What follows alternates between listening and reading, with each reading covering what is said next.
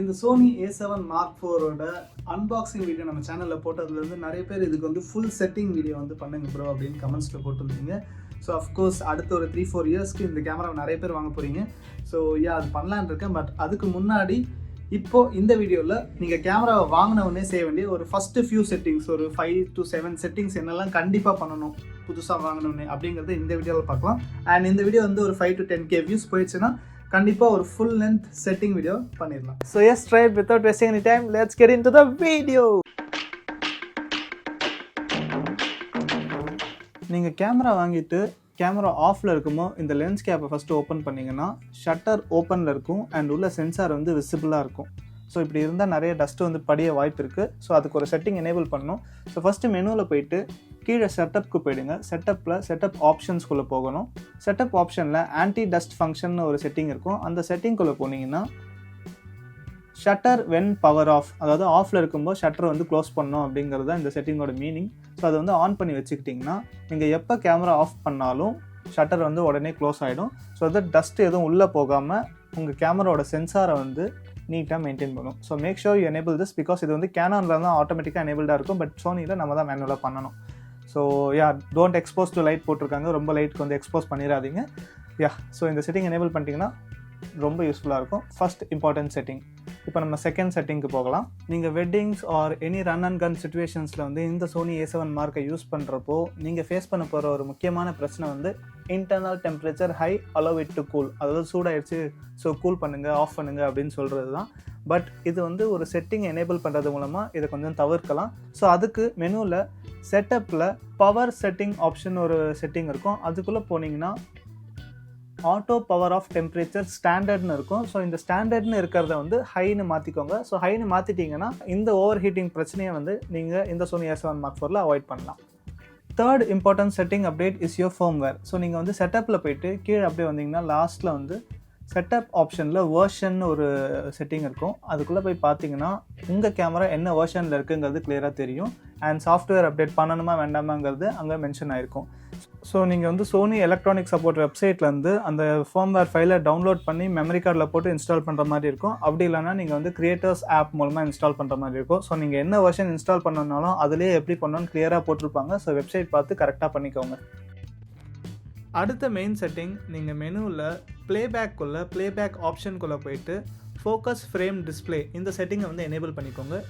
இது எதுக்குன்னா run and gun சுச்சுவேஷன்ஸில் நீங்கள் டக்குன்னு ஃபோட்டோ எடுக்கிறீங்க, நீங்கள் வந்து ஃபோக்கஸ் கரெக்டாக இருக்கான்னு டக்குன்னு செக் பண்ணணும்னா நீங்கள் வந்து அந்த இமேஜை பார்க்கும்போது எங்கே ஃபோக்கஸ் இருக்கோ அந்த இடத்துல ஒரு க்ரீன் கலர் பாக்ஸ் இருக்கும். ஸோ இதன் மூலமாக நீங்கள் வந்து கரெக்டாக ஃபோக்கஸ் பண்ணியிருக்கீங்களா இல்லையாங்கிறத கன்ஃபார்ம் பண்ணிக்கலாம். ஸோ இது வந்து ஒரு ஹெல்ப்ஃபுல்லான செட்டிங், கண்டிப்பாக எனேபிள் பண்ணிக்கோங்க.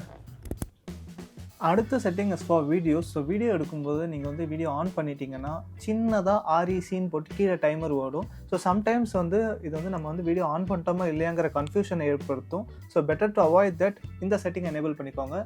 மெனுவில் ஷூட்டிங்கில் போயிட்டு ஷூட்டிங் டிஸ்பிளேக்குள்ளே போங்க. அதில் வந்து எம்ஃபசைஸ்ட் ரெக்கார்டிங் டிஸ்பிளேன்னு இருக்கும். அதை வந்து ஆன் பண்ணி வச்சுக்கோங்க. ஸோ இதை நீங்கள் ஆன் பண்ணிட்டீங்கன்னா நீங்கள் எப்போல்லாம் வீடியோ ஆன் பண்ணுறீங்களோ அந்த டைம் ஸ்க்ரீனோட பார்டரில் வந்து ஒரு ரெட் கலர் பாக்ஸ் வரும். ஸோ இது வந்து உங்களுக்கு வந்து ஈஸியாக வந்து வீடியோ ஆனில் இருக்கா இல்லையாங்கிறது தெரிஞ்சுக்க ரொம்பவே ஹெல்ப்ஃபுல்லாக இருக்கும். ஸோ கண்டிப்பாக எனேபிள் பண்ணிக்கோங்க. அடுத்தது கிரிட்லைன்ஸ். ஸோ கிரிட்லைன்ஸ் வந்து என்னை பொறுத்தவரை எல்லா வீடியோகிராஃபர் வந்து எனேபிள் பண்ணி வைக்கணுங்கிறது என்னோட ஒரு சஜஷன். ஸோ நீங்கள் வந்து ஷூட்டிங் டிஸ்பிளேக்குள்ளே கிரிட்லைன் டிஸ்பிளே அதை வந்து ஆன் பண்ணிவிட்டு கிரிட்லைன் டைப்பில் வந்து எந்த மாதிரி கிரிட்லைன் வேணுமோ நீங்கள் அதை செலக்ட் பண்ணிக்கலாம். Rule of thirds or square grid or டயபஸ் ஸ்கொயர் கிரிட் இதில் எது வேணால் செலக்ட் பண்ணிக்கலாம். இது வந்து நீங்கள் வந்து ஃபோட்டோ எடுக்கும்போது ஆர் வீடியோஸ் எடுக்கும்போது உங்கள் சப்ஜெக்டை வந்து கரெக்டாக அந்த ரூல் ஆஃப் தேர்ட்ஸ்லாம் ஃபாலோ பண்ணி அழகாக ஃபோட்டோ எடுக்கிறதுக்கு ரொம்பவே ஹெல்ப்ஃபுல்லாக இருக்கும். ஸோ அடுத்த மெயின் செட்டிங் வந்து என்னென்னு பார்த்தீங்கன்னா நீங்கள் மெனுவில் போயிட்டு ஃபோக்கஸ்குள்ளே ஃபேஸ் ஐ ஆட்டோ ஃபோக்கஸ்குள்ளே face I prior in auto focus இந்த செட்டிங் ஆன் பண்ணி வச்சுக்கோங்க.